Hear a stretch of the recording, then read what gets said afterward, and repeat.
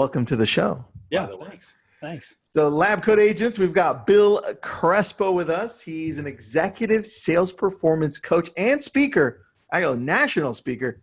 Well, Bill, it might be international. Do you also speak international? Yeah, well, I speak Spanish, but, that's another thing we'll talk about later. Nice. And I know that you've helped clients in the areas of business development and sales performance. So that's huge. A lot of people just don't do the business development part.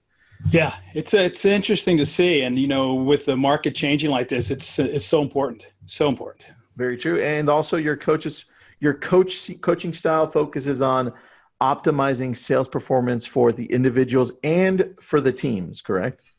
Yep. And then, making sure that we get permanent change, not just temporary change, because, you can get coached and all of a sudden, you're really excited one month and then the next month it doesn't happen the same way. So we want to get something consistent with the teams and with the agents individually. Yeah. Perfect, man. And today he'll be sharing with us alternative lead sources, ones that you're not used to hearing often, which is what we're here for. And Bill, once again, welcome to the show. Yep. Thanks for being on, man. I had never actually spoken to you, so this is kind of a treat for me. I feel like it's like a one-on-one session, coaching session for me. All right. Yeah. Well, you're doing great. I think it's, after being in this business 34 years, I always say I'm qualified to coach because I did everything wrong in the beginning. And that's why who do we have here is brand new. That was Brandon. Yeah, that was Brandon. Yep. I mean, you're going to make mistakes. I mean, can you think of any way that you can actually really be good without making mistakes in this business? There's no way. You have to go through making those mistakes, prospecting the wrong group of people, finding out how they behave. And we'll talk about today, the different groups that I think are untouched or maybe not touched as much today in sources. Yeah, man. And so let's get right into it because I've been in business for about 15 years and I did the traditional thing, door knocking, open houses, some expireds for sale by owners, and then online leads. But the list that I've got here, I've done like 4 probates, and for rent by owners, I think I've done like 2. So it's not a lot. Divorce, I think 1. And so you're hitting on things that other agents aren't doing in a large way, which I think is important because as things shift, if you're focusing on these little niche areas, you're not going to suffer as much, right? Is that the idea behind it? Well, I think that you have to be in multiple sources. I hear this a lot, everybody's hitting the same leads and the same scripts and everybody's hanging up because I think the consumer has their own scripts. They know that work on us. They must go to a school for them. Maybe they're getting coached as the consumers and how to deal with us. Dude. But I think that we're going to have to really understand there's multiple sources out there, and it's going to take getting out of our comfort zone for this, Tristan. And I believe that the probate situation, I was talking to the gentleman who actually deals in a lot of probates. He actually works behind the scenes to find the sources. He said any market has anywhere from 200 to 300 to 1,500 probate situations in a month. Wow. In a month. So I think that's an untapped market. Now, here's what the challenge is. It's a process, right? What do we want? Instant gratification. All the time. You know what I'm saying? I want this business yesterday. But we don't want to be ambulance chasers here. So we're going to have to really develop a system, and it takes a little bit of time. Almost like for sale by owners, you have to be patient because they all say they don't need you, they don't want you, and then next month you find them listed with another person. So if you don't follow up with them. That's exactly what it is. So tell me with probates, let's start with probates, because the only way that I've gotten probates is I ended up joining a BNI group years back. Yeah. One of the people there was a trust and estates attorney, and I just happened to be friends with him, and he sent me 4 in the span of 2 years, which is pretty good.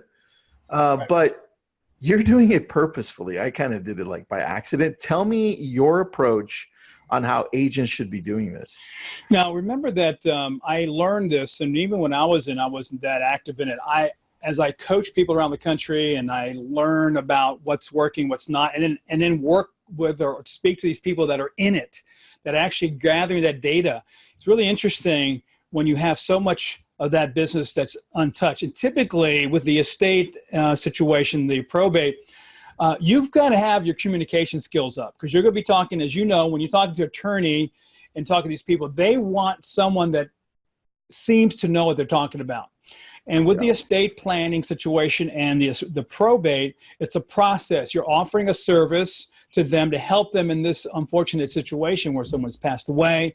So you have to get the estate, the executor of the estate number, unfortunately the person who passed away, and then the attorney who's handling that. Those are three numbers or three names that we need to have in phone numbers. So there's, we need to find that so that we make that approach. And that approach either is going to be through email at first, which they recommend a soft approach with them, saying something to the effect that, I know you're going through this tough time. I have services that will help you through this, whether it be moving, cleaning, whatever it may be. And you kind of backdoor through that approach and have them come to you. I think that interesting that I read an article in all these news sources. The one thing that most salespeople do not do, and this is a Harvard study, that we're not empathetic enough. We don't empathize with people. You know what I'm saying? So true. You know, we go through like, what is it? We can be understanding, but empathy is totally different than being sympathetic. And I think that's a tough one for people. Why do you think that is, man? I'm going to go sidetrack on this just for like a minute, but why do you think that is? Because I put up a post right now earlier, but right before we went on, about marketing and how it's shifted and how it's no longer about selfish marketing. Like, hey, look what I sold. Look what I did. It's more about being empathetic and connecting that way. But why do you think that is? It's a good question. And there's a lot to it. I mean, you have 4 personality styles. Basically, I don't care what you call them, giraffes, seals, driver, whatever it may be, you have 4 styles. And your style and that person you're approaching. So we are revealing ourselves too soon to people. If you're a driver, which a driver personality has no feelings. We just got to get to the point. Right? A driver fears wasting time. So we rush. And we rush past the empathy. So even with a driver or client, you can still be empathetic and say, listen, Mr. Smith, I completely understand what you're going through. I mean, I'm sure you're really frustrated with it. I hear you say this. And we have to repeat what we hear in a way that they understand that we feel that same pain that you feel. But we're so rushed to do a deal that we're not listening. We're really not listening for the type of personality that we're supposed to be, let's say, changing our delivery based on the style that we're talking to. And that takes us slowing down. And listen, like anybody else, we need a deal like yesterday. So we want to get to that point real quick. In the meantime, there's not that connection. We're going, see ya, you know? And just for sellers, all these, it just takes some more patience, and we have to learn behavior. I think that, Tristan, just on the side on this again, that we're not studying human behavior, we're studying how to close. But when you got to understand that 80% of what people do the same thing, 80% of the time, everybody behaves the same way. So we can study behavior versus all these great scripts. We now understand why we're not connecting with someone, changing our speed. I just talked to someone today and said, she goes, well, that's me.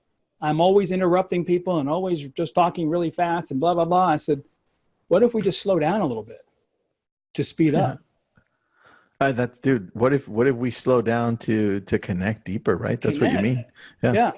And there's 3 ways of doing that. Heart, hand, and head. We talk about it, right? You cerebral, head, logical, hand, what you do for them, and heart, right here, man.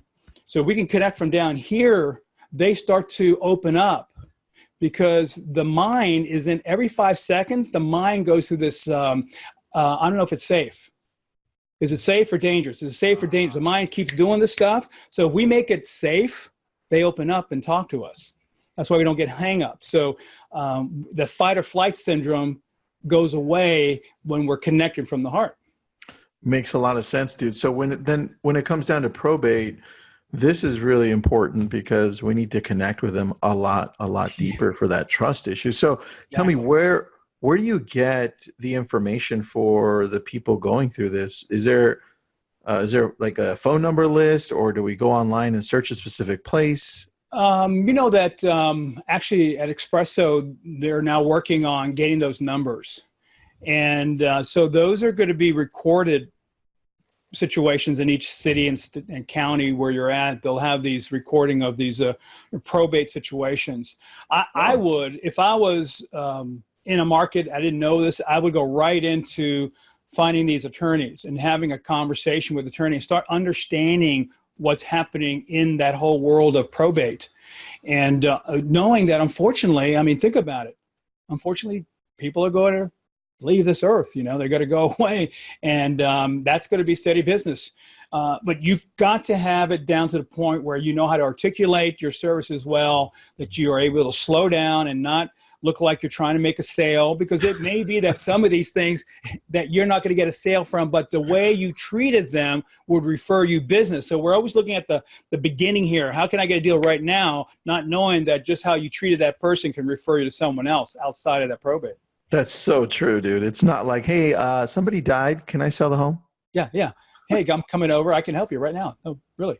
And so what happens is they go, hey, stand back. And so I think women, so here's a nice comment. I think women are much easier for them to be empathetic. I mean, it's in their nature. Guys, it's like, don't tell me about the baby. Just show me, don't tell me about the pain. Just show me the baby, right? So right? So, guys, the girls go, he was pink and he had beautiful feet. And we're just going, is he healthy? Good. Next subject.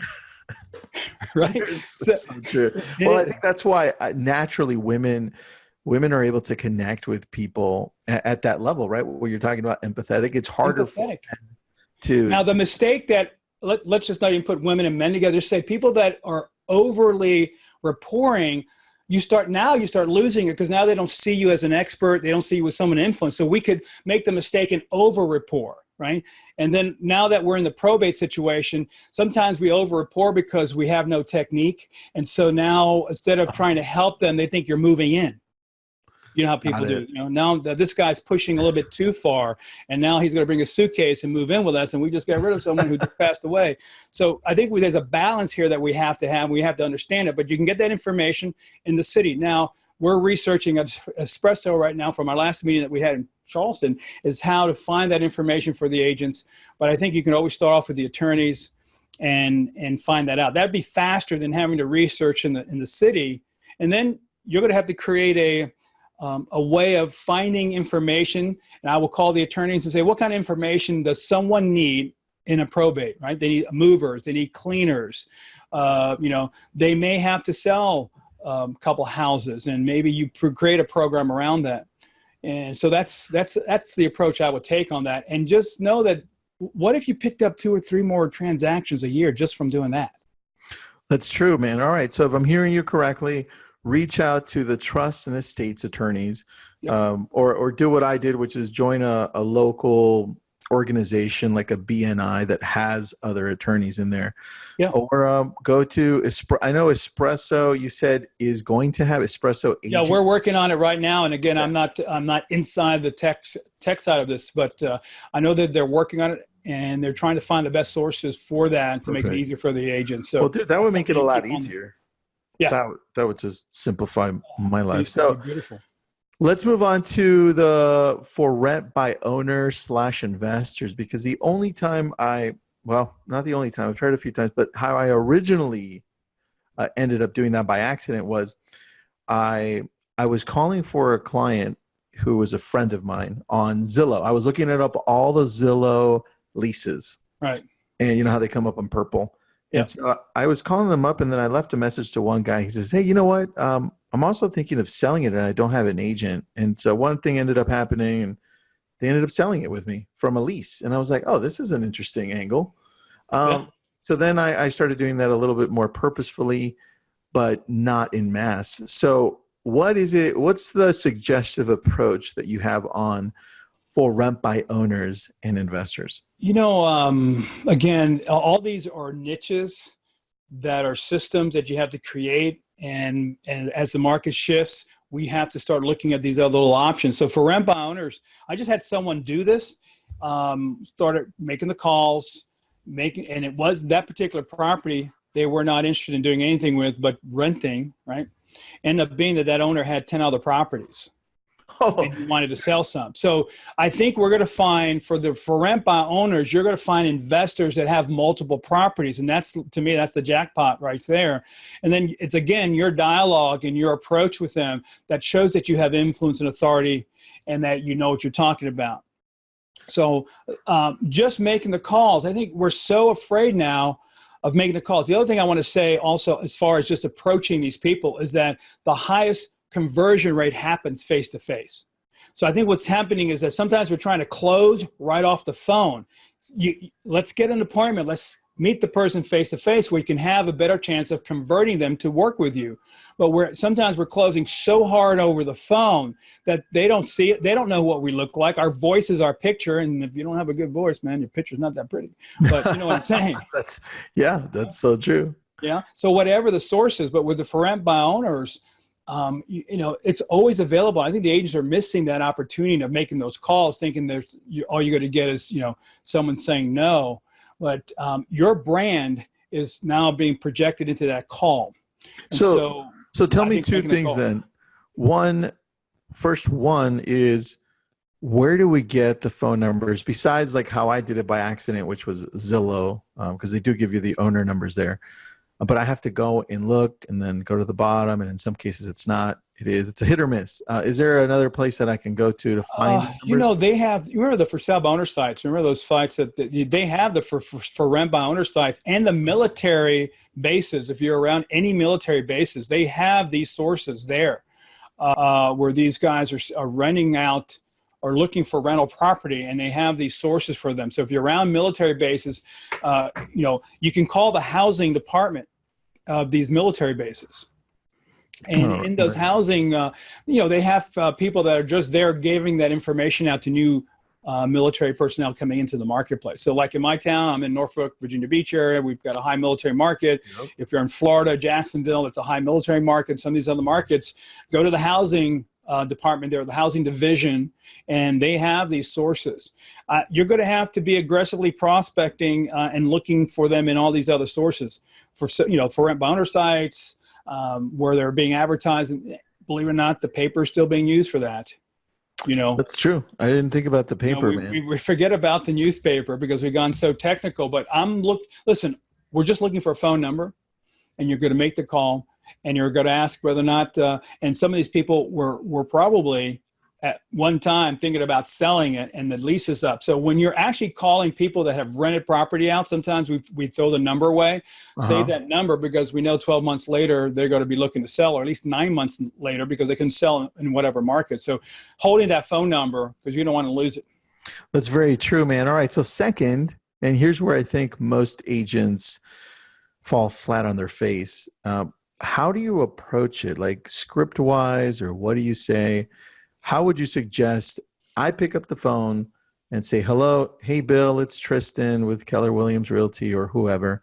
How do you do that? Because the phone weighs like 1,000,000 pounds for most agents. Yeah. So I'm going to give you something that's worked for a lot of people around the country, and it's fairly fascinating. I call it the RFO. And I'm also going to give you a book that has some incredible approaches. But the RFO is what I call the rejection-free opener. Okay. And it works whether you're going to a hotel. It works if you're going to the airlines. It's amazing how this works. Because what we're trying to do, let's go from the psychology standpoint. We want that brain to be focused on what we're saying. And if we go right into a statement or we start acting salesy, we start getting a shutdown, right? We're now in that fight or flight syndrome. Correct. So I tell my clients to start all their scripts out. Hey, I'm not sure if you can help me. Think about that. What does that do? That person now is going to listen to see if they can help me. But here's what we normally do. Good morning. How are you? Good afternoon. Right? And so what triggers off in these guys' head is sales guy, right? Saleswoman. Or good afternoon, Mr. Smith. Or whatever. You're just saying, I'm a salesperson. I'm making a call to try to convince you of something you don't want to do with me. That's so true. That's a really, dude, I just wrote that down, RFO.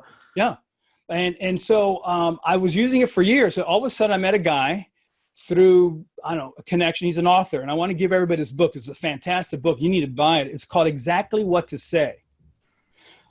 Exactly What to Say. What to Say by Phil M. Jones. I get nothing for this. I should ask him to give me something, but I get nothing for this.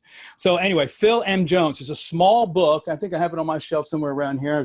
I've given away books. I bought, I don't know how many of them I've given away because he has an approach called exactly. He says something like this. He goes, I'm not sure if this is for you. He starts off his. Mine, I've always used, I'm not sure if you can help me.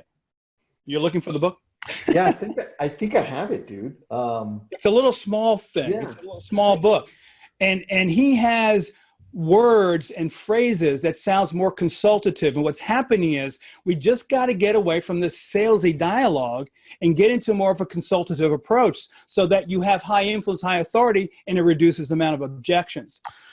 That makes sense, dude. And part of it is also that we're so, as a group of agents, we're so used to saying the exact same thing, right?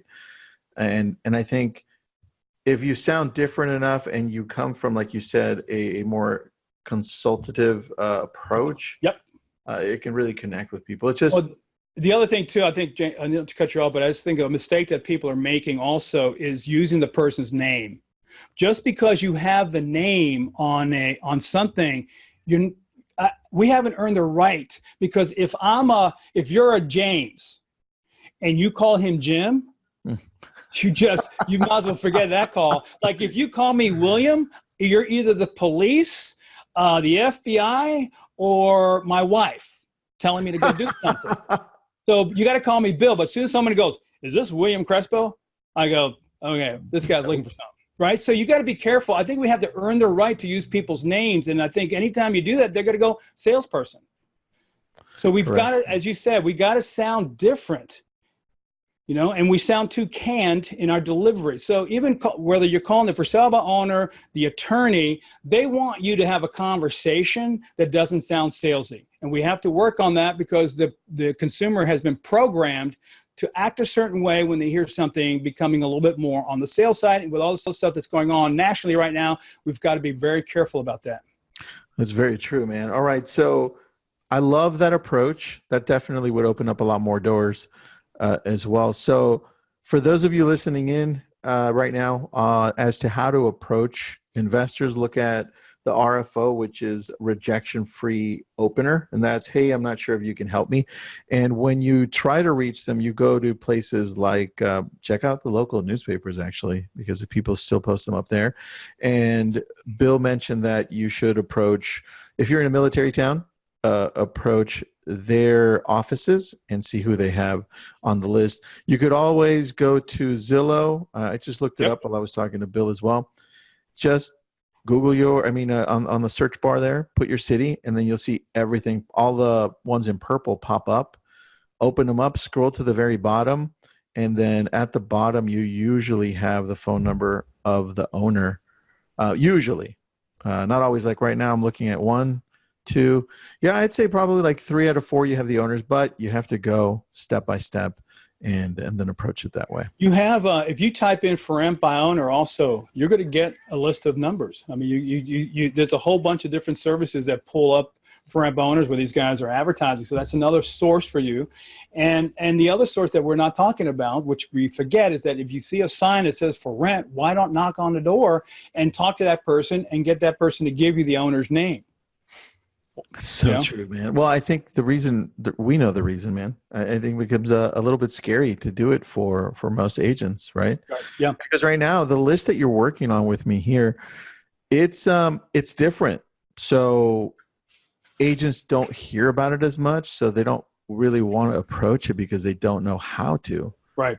And so let's leave expired closer towards the bottom, but let's go into divorce, because that's one that I've heard a lot of agents tell me, hey, look, you can go to Rebo Gateway, you can go to certain attorneys that work divorces and then reach out that way. What are your suggestions on how to approach trying to get I'm smiling because you're the only state that I know of that has you have your NOD list. You have a divorce list in California that you can get.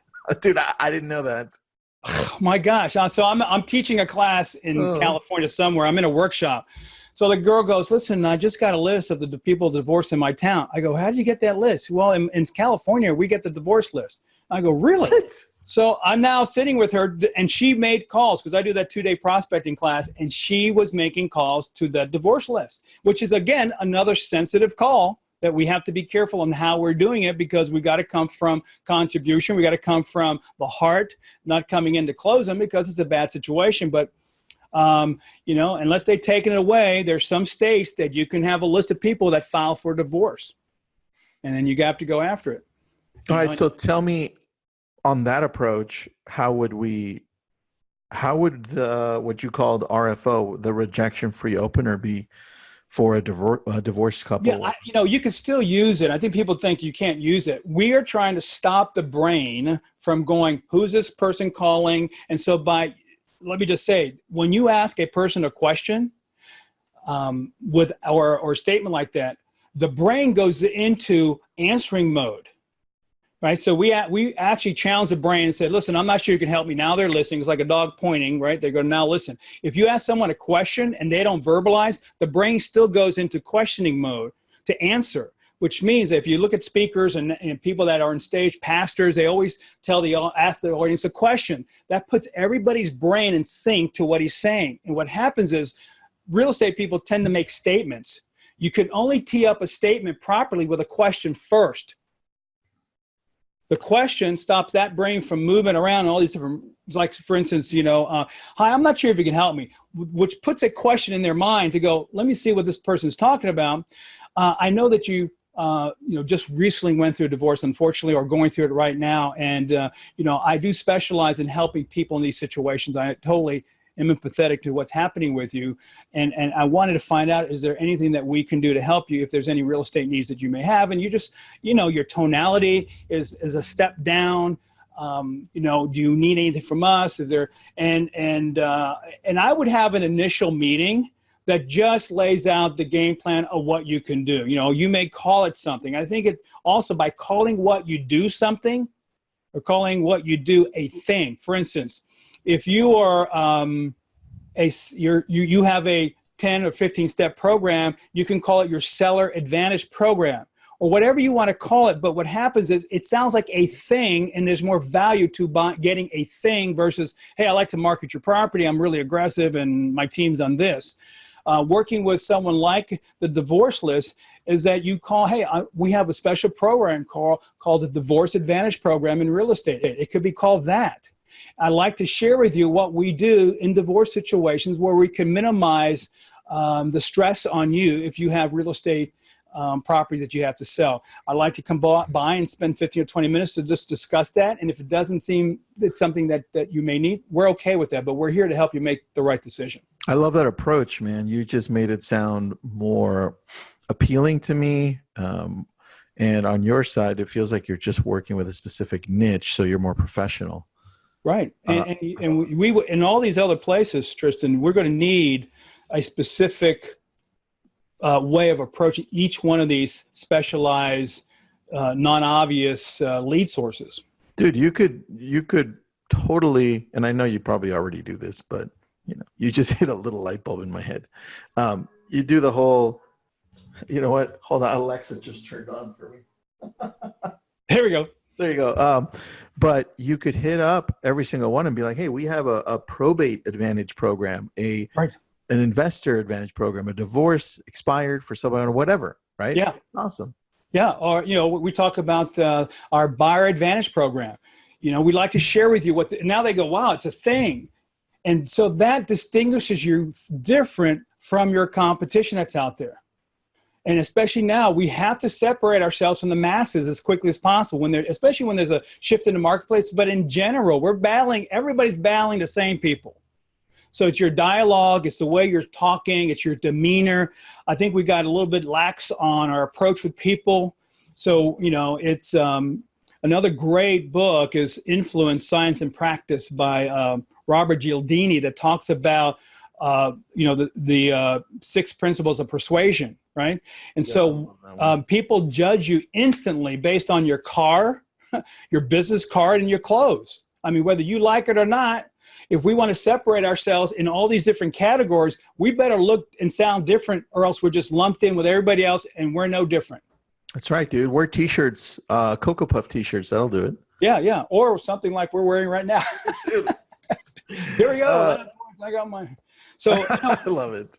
So this is our casual. We're just talking one-on-one with all you people out there, and we're just being more casual. But I know, Tristan, if you had to go out to an appointment, I have to go somewhere. If I'm speaking, obviously you don't see me in this. I'm in my best, suits that I buy, and so. But it's a package. It's your Seller Advantage program package. It's the package. It's how you communicate. All that will get you into these other markets. One thing that, Tristan, this is controversial here, is that our vendors that we give business to on a regular basis, how much do they give you back? That's a great question. And they go, here's what their answer is. Well, Bill, I work with a lot of agents, so I can't really, no, here's my new plan this year coming up. I'd like for you to give me one lead that turns into something before the end of the year's out. Is that possible? Yeah. Well, I have other agents that I work with. That's why I'm only asking you for one. Okay. Now here's a lot easier. And here, watch this. My advanced script is, and next year, my new plan is that I'm only working with vendors that give me business this year. So screw you if you don't. Yeah. If you don't, guess what? I'm going for another home inspector and another, appraiser or another. It's so important that we ask at least so that they understand it. But I was in another workshop. I had my people that showed up at the workshop to make the calls to the vendors that day. The home inspector said, "You know what? In the 20 years I've been a home inspector, no one ever asked." He says, "I am going to give you a lead." This is what the lady said to me when she made that call.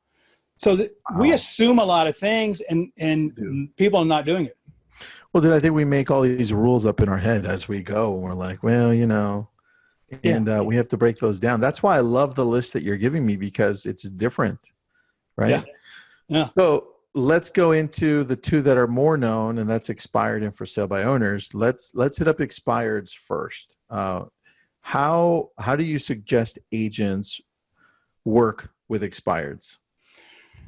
Well, first of all, it is a lot to do with your tonality again. And because you have sometimes so much information, first of all, people go, we know that they had an experience with someone. They're probably not very happy. We know that already. That's historical in these expireds. But you know what? We assume, again, way too much. Not everybody's upset. Not every expired is mean. Not every for sale, but that negative in our head starts to affect our approach on the call. And so remembering that, hey, I'm not sure if you can help me. I have a really advanced script now that I've just to get to the point. I said, "Hi, I'm not sure if you can help me. I'm calling about 123 Main Street. Is it still listed with Bill Crespo or Tristan or whoever it is?" Yeah, it is. Good. I'm going to go to my next call. Because sometimes they've relisted. We don't have a lot of time spending on conversations that are going to take us away from it. There's another philosophy that says, well, I want to talk to everybody. But once it's listed, we have to pull out of that conversation. So why don't we just get to the point and find out? And so if they say no, then we're going to go into the question, and when is it coming back on the market? And then you identify yourself. This is Bill Crespo with X company. When is it coming back on the market? Instead of saying something like this, which again, probably you all know that script. Are you familiar with the techniques I use? Listen, right? So what? No, I don't give a crap about your techniques. I don't either. Like, I don't even know you. Why would I know your techniques? Yeah.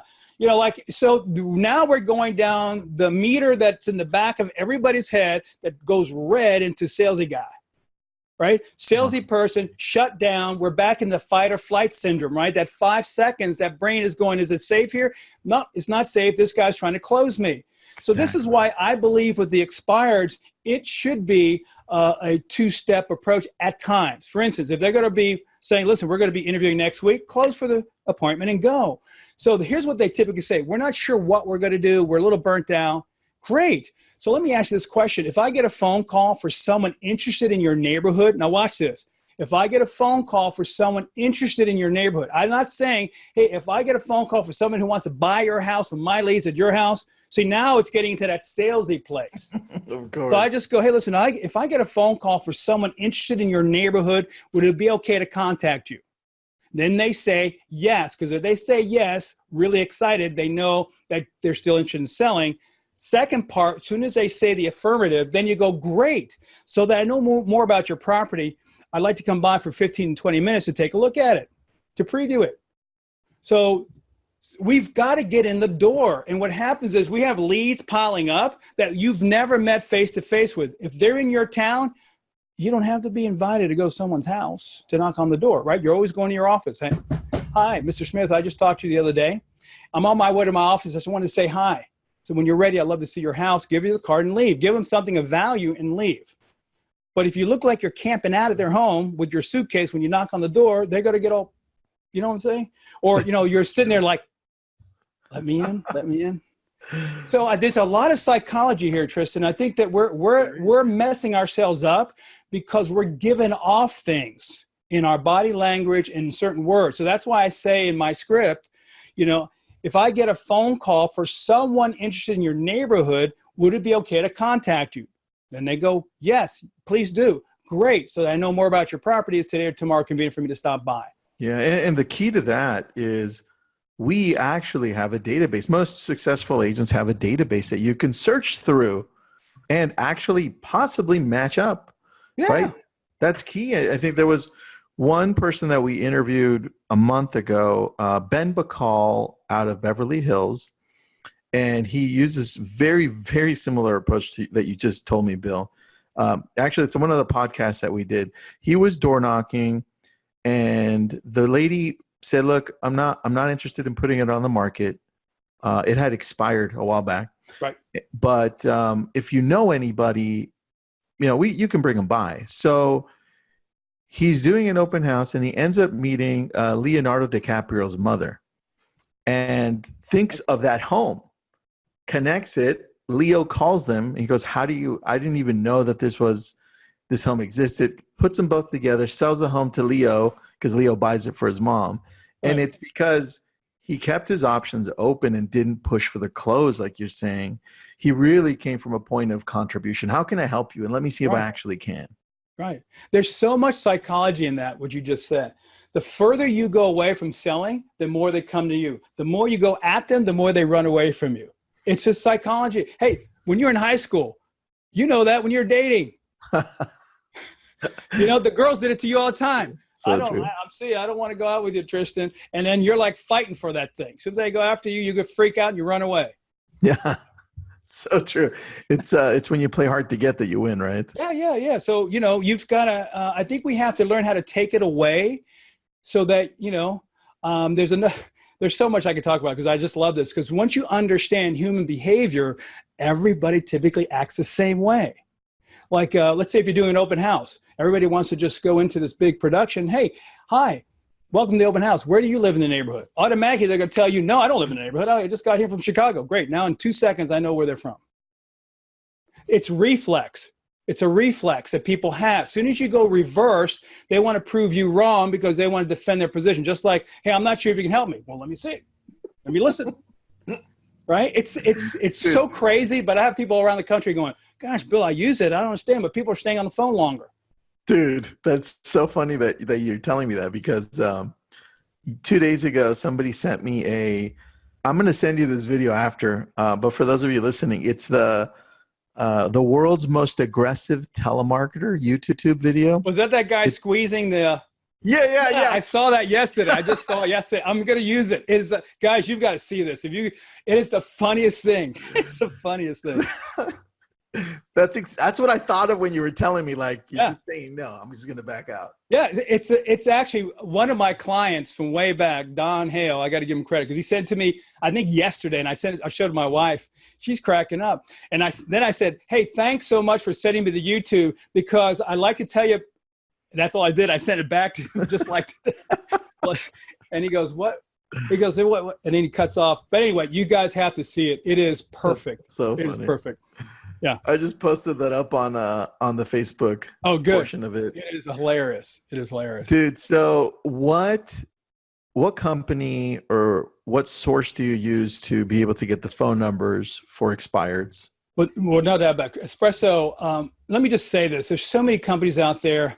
I've been fortunate to work with Espresso and help, just being out there giving education and working with them. And I know from the inside of the company how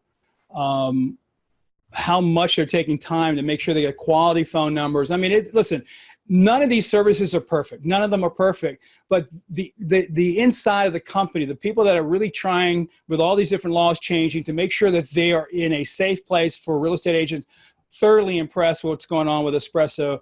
Got to meet the tech guys and everybody there. Just a fantastic group of people. And again, yeah, I like them, and I've had several of them. But let me say this in general.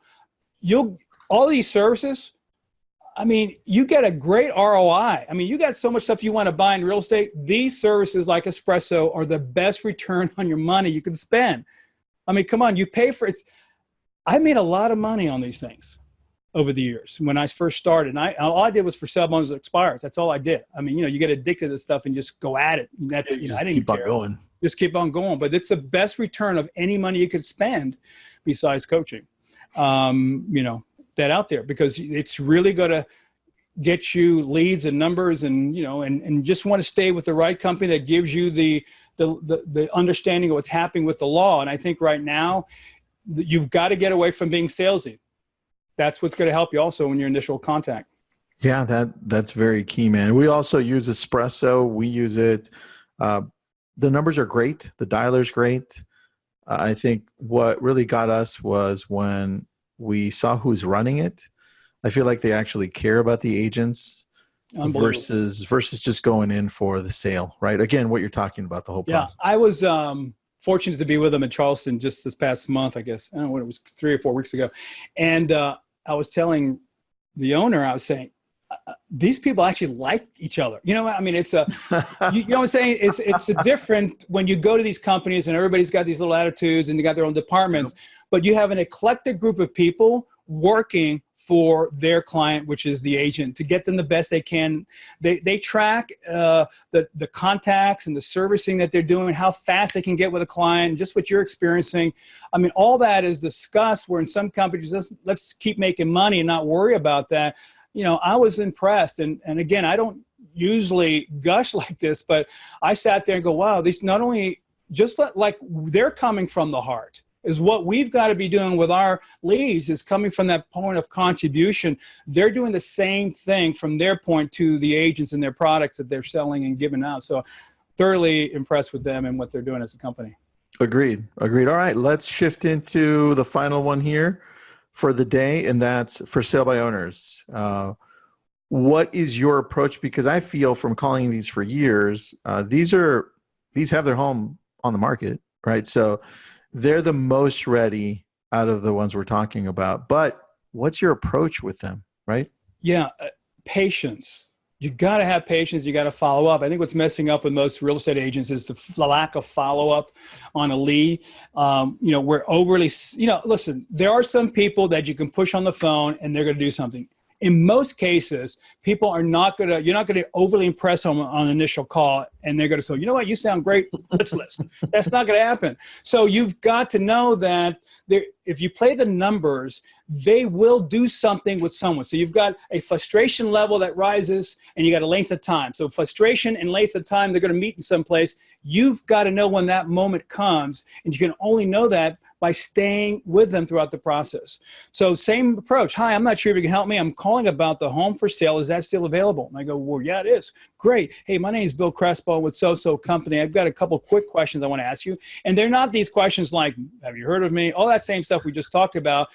I'm going to ask 5 questions. And those 5 questions slowly takes them down to a point where the last question is going to be, let me ask you this. Are you cooperating with real estate people?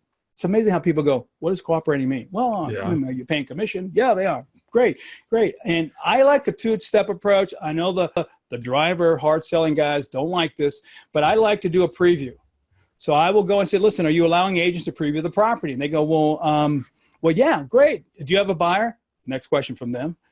I always answer the same way. And I always tell my clients the same thing. No, I don't say, I may have a buyer. I don't know until I see your house. Very difficult to go in there and try to change that when you do that. I mean, some people out there are lying, Tristan. Well, dude, and everyone, they're used to hearing, oh, I've got a buyer, because when you deal with somebody for sale by owners, they tell you, yeah, you've got a buyer too. Yeah. Oh my God. Yeah. But here's back to reverse psychology. The first word out of my mouth is no. So they go, do you have a buyer? No, I don't have a buyer right now, but we always have buyers coming in. Is today or tomorrow convenient for me to stop by for 15 or 20 minutes? No one ever says no. Yeah. So do you see, now in their brain, subconsciously, they go, this guy sounds different and I'd like to come over. And then I just, listen, if you can book 2 previews a day with for sale by owners, and by the end of the month, you've got 20 or 30 people that if you've gone to, and I know some markets don't have that many, but you don't need that many. You just got to get out there to as many as you can, do the previews. And I have a thing called it's a tracking system for these previews so that you can start to see them go from this list probably down to this. Some will sell, some will have an agent, but if you can go to 10, you're probably going to have a 10 or 20% conversion rate on 10 that you go to. So you figure out how many deals you need and how many you want out of for sale by owners and work the numbers. Don't get so hung up on these people listing already or doing something. You're not going to enough of them. That's why you're so hung up on that one FSBO. Yeah, very true. And they can feel it too. Yeah. Right. And we got to be careful with commission breath. Sometimes we have that when we go into these houses, right? It's the worst. Business. It's the worst. And these people are going, again, they're feeling this attack almost. And, you're doing a tap dance in front of the house because you want them to be impressed with you. Take it away. Hey, I'm not sure if my program will work for you. I have the Seller Advantage program that gets in, if you have these stats, a 4% more than the average agent. When you're ready, now watch it. When you're ready, I'd love to share that with you. Now I'm taking it away. And then they want it. Well, what is that? Well, it doesn't seem that you're ready right now, but when you are, I'd like to sit down with you and give you that for about 30 minutes and talk to you about it to see whether or not it makes financial sense for you. No one talks like that. No. And it sounds different. It doesn't sound like it's scripted from a book. And if you call enough for sale by owners, they all tell you, you guys all sound the same. Yeah.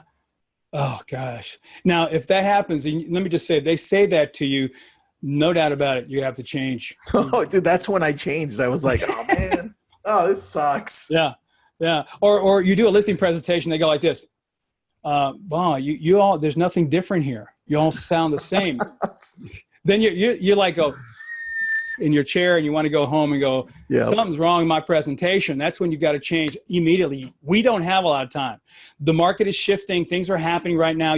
It's going to be a skill-based market. And the ones who lose are the people that are not working on their skills and really focusing it at another level. On my page, page that I have for my coaching, I interviewed Jason Redmond. He was a Navy SEAL.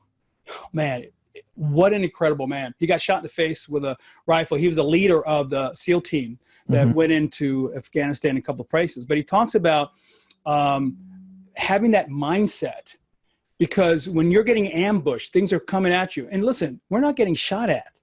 We just got to go to the door. Yeah. Okay. And we think in our mind that we're going to get ambushed. It's a mindset that has to happen. And so if you get a chance to listen to him, unbelievable. He has a book coming out at the end of December. But what's his name? Jason Redmond. Jason Redmond, great guy.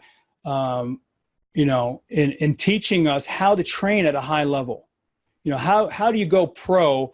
How do you go elite? Actually, the Navy SEALs are elite. They're above pro. You've got novice, amateur, pro, and elite. Their mindset is at another level. And I was talking to a guy at a network. You're talking about networking. So I'm at a network function. This guy's about, like 5'8", and he says, I used to be a Navy SEAL. He's an engineer now. He goes, really? Yeah. He goes, I'm afraid of heights, and I'm claustrophobic. I go, let me ask you this. How were you a Navy SEAL? Because in the training, they changed the way you're thinking. And so I jumped out of big planes. I'm in these little submarines, and I was just trained. See, if we can just train a little bit different in our business, we can do so much more, because your mind is ready for it. It's just that we're afraid to go there. And at BUD/S, you know what happens when you don't make it in Navy SEAL? If you ever read about it, they have to ring a bell on the way out if you don't make it in Navy SEAL training. So they got to tell everybody, I failed, in front of everybody. What if we did that in real estate? Yeah, announce that you didn't make it, and that's it. Yeah. Oh, I didn't go to FISBO today. Let me go ring the bell because I was afraid to go to FISBO. How many people will start going to FISBOs? Dude, that would change drastically. Wouldn't it? Yeah, that's going to be my office of the future. You don't want to do what? I'm not going to your office then. Forget it. No, but let me tell you something. I love the mind because there's so much more that we have that we're not using. And typical real estate training doesn't go there. They're doing something else. And if I could change the way people are thinking, it's endless of what the possibilities are, and get past that fear. Yeah, you're right, man. That's cool. It's cool very stuff. key. So then, in regards to for sale by owners and approaching them, where do you go and find them? Again, besides Zillow, because I know Zillow's got a few for sale by owners here and there. Besides Zillow, where else do you find them? I mean, besides, Espresso agent just going there and paying for it and just doing it. I mean, just go ahead and do that. It's the most inexpensive amount of money, the highest return on anything you can do. Just pay for it, get it. You can just mention my name and do what. But anyway, just do it, because for you to spend time, I got people that are telling me I'm searching on the white pages for these phone numbers. Why?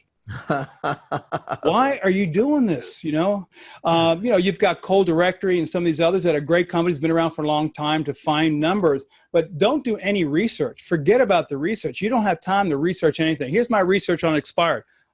Are you listed? Yes. See ya.